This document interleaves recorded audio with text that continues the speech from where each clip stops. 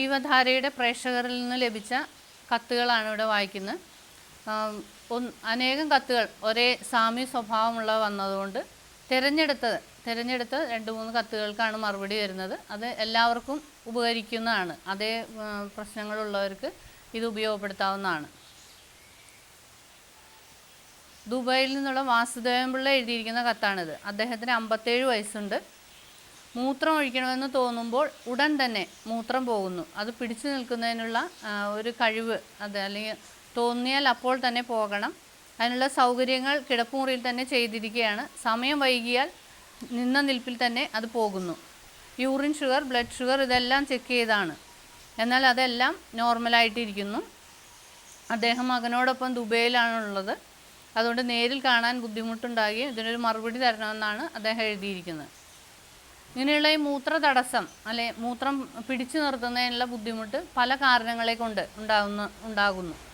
അദ്ദേഹത്തിന് 57 വയസ്സുണ്ടെന്ന് പറഞ്ഞു. ആ പ്രായാധിക്യം കൊണ്ടും അതുപോലെ കൂടുതൽ ആയാസകരമായിട്ടുള്ള ജോലികൾ ചെയ്യുന്നവരിലുമൊക്കെ ഈ മൂത്രസഞ്ചിയുടെ അല്ലെങ്കിൽ മൂത്രദ്വാരത്തിലെ ആ സ്പിങ്ക്ടറിൻ്റെ കഴിവ് കുറഞ്ഞിട്ട് ആ മൂത്രം പിടിച്ചു നിർത്തുന്നതിനുള്ള കഴിവ് കുറയുന്ന ഒരു അവസ്ഥ കാണാം. ഇനി അതിന് കൂടുതലായിട്ട് ബുദ്ധിമുട്ടില്ലാത്ത ഒരവസ്ഥ ആദ്യത്തെ പ്രൈമറി സ്റ്റേജസിലൊക്കെ ആണെങ്കിൽ ഒരു മരുന്ന് അരച്ച് പുരട്ടി ബന്ധനം ചെയ്യുക, അല്ലെങ്കിൽ അതും മരുന്ന് വെച്ച് കെട്ടി ഉടുക്കുന്നത് കൊണ്ട് ഒരു പരിധിവരെ അതിനെ തടഞ്ഞു നിർത്താൻ കഴിയും. അങ്ങനെയുള്ള ഒരു ഔഷധ പ്രയോഗമാണ് പറയുന്നത്. അദ്ദേഹത്തിന് അവിടെ ഇത് ലഭ്യമാകുമെന്ന് തോന്നുന്നില്ല, എങ്കിലും അത് എപ്പോഴെങ്കിലും ഉപയോഗപ്പെടുത്താം. അതിനു വേണ്ടിയിട്ട് കാട്ടപ്പയുടെ ഇലയും അതുപോലെ ചതവുപ്പ ഇത് രണ്ടും കൂടെ നല്ല വടിക അരച്ച് നേർമയിൽ ചൂടാക്കിയിട്ട് ഒരു തുണിമേൽ പരത്തി അത് ഗോഷ്മണ ബന്ധനപ്രകാരം ബന്ധിച്ച് ഉപയോഗിക്കാവുന്നതാണ്. ഇനി ഇതിനോടൊപ്പം തന്നെ സുകുമാര കഷായം, ചന്ദ്രപ്രഭ ഗുളിക ചേർത്ത് 2 നേരമായിട്ട് കഴിക്കാം. പിന്നെ അധികം എരിവ്, മുളക് അങ്ങനെയുള്ള ആഹാരങ്ങൾ കുറയ്ക്കുകയും ഇത് ശീലിക്കുകയും ചെയ്താൽ ഒരു പരിധിവരെ ഇദ്ദേഹത്തിന് ഈ പ്രശ്നത്തിൽ നിന്ന് വിടുതൽ ലഭിക്കുന്നതാണ്. ജീവധാരയ്ക്ക് വന്നിട്ടുള്ള മറ്റൊരു കത്താണിത്. പന്തളത്ത് നിന്ന് വിനീത KB എഴുതിയിരിക്കുന്നു. അവർക്ക് 28 വയസ്സുണ്ട്. മുടി കൊഴിച്ചിലാണ് അവരുടെ പ്രശ്നം. വീട്ടിലെവിടെ നോക്കിയാലും മുടിയാണ്. എന്നും എണ്ണ തേച്ച് മാത്രമേ കുളിക്കാറുള്ളൂ. എന്നാൽ ഈ മുടി കൊഴിച്ചിൽ കൊണ്ട് തന്നെ ഭർത്താവിന് എന്നോട് ഇഷ്ടക്കേട് തന്നെയുണ്ട്. ചിലപ്പോൾ ഭക്ഷണത്തിൽ പോലും മുടികൾ കാണുന്നു. ഇതിനൊരു മരുന്ന് പറഞ്ഞു തരണം. ഇതെനിക്കൊരു കുടുംബ പ്രശ്നം കൂടിയായി തീർന്നിരിക്കുന്നു എന്നാണ് അവർ ചോദിച്ചിരിക്കുന്നത്. ഈ മുടി കൊഴിച്ചിൽ എന്നത് പല കാരണങ്ങൾ കൊണ്ടുണ്ടാകും. ശരീര ക്ഷീണം വരിക, അതുപോലെ തലയിൽ എന്തെങ്കിലും താരൻ പോലെയുള്ള അല്ലെങ്കിൽ മുടികൾ അഴുക്ക് പറ്റിപ്പിടിച്ച് എന്തെങ്കിലും കൊച്ചു വ്രണങ്ങൾ ഉണ്ടാകുന്ന അവസ്ഥയിൽ മുടി കടയോടെ പിഴുതു പോകുന്ന അവസ്ഥയുണ്ടാകാം. അല്ലെങ്കിൽ സ്ത്രീകളിൽ കാണപ്പെടുന്ന ശ്വേതപ്രതരം അല്ലെങ്കിൽ വൈറ്റ് ഡിസ്ചാർജ്, വെള്ളപ്പോക്ക് എന്നൊക്കെ പറയുന്ന ആ രോഗത്തിൽ ശരീര ക്ഷീണം വരികയും അതുപോലെ തന്നെ മുടി കൊഴിച്ചിലുണ്ടാകുകയും ചെയ്യും. ഇതൊന്നും അതിനകത്ത് വ്യക്തമല്ല. എന്തുകൊണ്ടാണ് ഈ കാരണങ്ങൾ എന്തെങ്കിലും അവർക്കുണ്ടോ എന്ന് വ്യക്തമല്ല. എങ്കിൽ കൂടിയും ശരീരത്തിൻ്റെ രക്ഷ, പൊതുവേ ശരീരം നന്നാവുമ്പോൾ, ധാതുക്കൾക്ക് പുഷ്ടി ഉണ്ടാകുമ്പോൾ ഈ മുടിയും വളർന്നു വരുന്നു. ധാതുക്ഷയം ആ മുടി കൊഴിച്ചിലിന് ഒരു കാരണമാണ്. അപ്പോൾ ശരീര രക്ഷാകരമായിട്ടുള്ള ലേഹ്യം അതിൽ നാം കഴിക്കാവുന്നതാണ്. ചവനപ്രാശമോ അല്ലെങ്കിൽ അമൃതപ്രാശമോ ഒക്കെ 1 ടേബിൾ സ്പൂൺ വീതം രാത്രി കിടക്കാൻ നേരം സേവിക്കാവുന്നതാണ്. പിന്നെ മുടി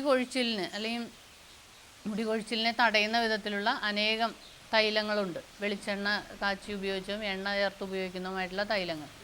വളരെ സർവ്വസാധാരണമായിട്ട് എല്ലാവർക്കും അറിയുന്ന ഒരു തൈലയോഗമാണ് നീലിഭൃംഗാദി കേരം അല്ലെങ്കിൽ നീലിഭൃംഗാദി എണ്ണ എന്നൊക്കെയുണ്ട്. അപ്പോൾ ഇവരൊരു 28 വയസ്സുള്ള സ്ത്രീയാണ്. അപ്പോൾ അവർക്ക് വെളിച്ചെണ്ണ ഉപയോഗിക്കുന്നത് യുക്തമായിരിക്കും. അപ്പോൾ നീലിഭൃംഗാദി വെളിച്ചെണ്ണ തലയിൽ തേച്ച് എന്തെങ്കിലും താളികൾ, സോപ്പോ ഷാമ്പുവോ ഉപയോഗിക്കാതെ താളി ഉപയോഗിക്കുക. ഈ കൊടിത്തുവ, ചൊറിയനം എന്ന് പറയുന്ന ആ വള്ളിത്തുമ്പ നല്ല തിളച്ച വെള്ളത്തിലിട്ട് വാട്ടി അത് കല്ലിന്മേൽ ഉരച്ച് താളിയായിട്ട് ഉപയോഗിക്കാവുന്നതാണ്. ഇത് മുടി കൊഴിച്ചിലിനെ വളരെയധികം തടയാനായിട്ട് നിങ്ങളെ സഹായിക്കും. ഉദയൻ ചുമ്മാട്, ചെങ്കള, കാസർഗോഡ് ജില്ലയിൽ നിന്ന് എഴുതിയിരിക്കുന്നു. ജീവധാര സ്ഥിരമായി കാണാറുണ്ട്. 25 വയസ്സുള്ളൊരു ചെറുപ്പക്കാരനാണ് ഞാൻ. നിന്നുകൊണ്ടുള്ള പല ജോലികളിലും അദ്ദേഹം ഏർപ്പെടുന്നു. സന്ധിവേദനയാണ് അദ്ദേഹത്തിൻ്റെ പ്രശ്നം. കുറച്ചു നേരം നിൽക്കുമ്പോൾ തന്നെ സന്ധികളിൽ വേദന തോന്നുന്നു. കൈകാൽ മുട്ടുകളിലും ആണിക്കെട്ടിലും മറ്റ് അസഹ്യമായ വേദനയുണ്ട്. നടക്കുമ്പോഴും മറ്റീ സന്ധികളിൽ നിന്ന് ടിക് ടിക് എന്ന ശബ്ദം കേൾക്കുന്നു. ഇതിനൊരു മറുപടി ജീവധാരയിലൂടെ പ്രതീക്ഷിക്കുന്നു എന്നാണ് അദ്ദേഹം എഴുതിയിരിക്കുന്നത്. ഇവിടെ ഈ 25 വയസ്സുള്ള ഒരു വ്യക്തി, ഇന്ന് നാം ഈ ആധുനിക ലോകത്തിൽ നമുക്ക് നിൽക്കാൻ ഒരു മിനിറ്റ് പോലും നാം ശരീരസന്ധികൾക്കോ ശരീരത്തിനോ റെസ്റ്റ് കൊടുക്കാതെ ജോലി ചെയ്യുന്ന ഈ കാലഘട്ടമാണ്. അപ്പോൾ അങ്ങനെയൊക്കെ ഉള്ള ആ ഒരു അവസ്ഥയിലേക്കും വരുന്നതുകൊണ്ടാണ് ഇത്ര നേരത്തെയുള്ളൊരു വയസ്സിൽ തന്നെ അദ്ദേഹത്തിന് ഈ സന്ധികൾ വേദനയും അങ്ങനെയുള്ള രോഗങ്ങളും വരാനിട വരുന്നത്. ഇനിയും ഈ കത്തിൽ പ്രത്യേകിച്ച് നീരുള്ളതായിട്ടോ ഒന്നും പറയപ്പെടുന്നില്ല. അതുകൊണ്ട് അദ്ദേഹത്തിന് ഉപയോഗിക്കാവുന്ന ഒരു കഷായം, മഹാരാസ്നാദി കഷായം വാങ്ങിച്ച് അതിനകത്ത് ഒരു 15 മില്ലി കഷായം, രസതൈലം ഒരു 8 തുള്ളി ചേർത്ത് രാവിലെയും വൈകിട്ടും ഉപയോഗിക്കാവുന്നതാണ്. രസതൈലത്തിൽ ആടിൻ്റെ എല്ലും കാലും ഒക്കെ ചേർത്ത് സൂപ്പായി ചേർത്ത് ഉണ്ടാക്കുന്ന ഒരു തൈലമാണ് ഈ രസതൈലം എന്ന്. അത് ഉപയോഗിക്കുന്നത് അത് അകത്തേക്ക് ഉപയോഗിക്കുകയും അതുപോലെ പുറമേ പുരട്ടുന്നതുകൊണ്ടൊക്കെ വളരെ ഫലപ്രദമായിട്ടുള്ള ഒരു ഔഷധയോഗമാണ്. അത് അദ്ദേഹത്തിന് ഉപയോഗിക്കാം. അതുപോലെ ധന്വന്തരം കുഴമ്പ് വാങ്ങിച്ച് ഒരു നേർമയിൽ ചൂടാക്കി മേൽ പുരട്ടി ഒരു അരമണിക്കൂറിന് ശേഷം ചൂടുവെള്ളത്തിൽ ശരീരശുദ്ധി വരുത്താവുന്നതാണ്. ചൂടുവെള്ളത്തിൽ കുളിക്കുക.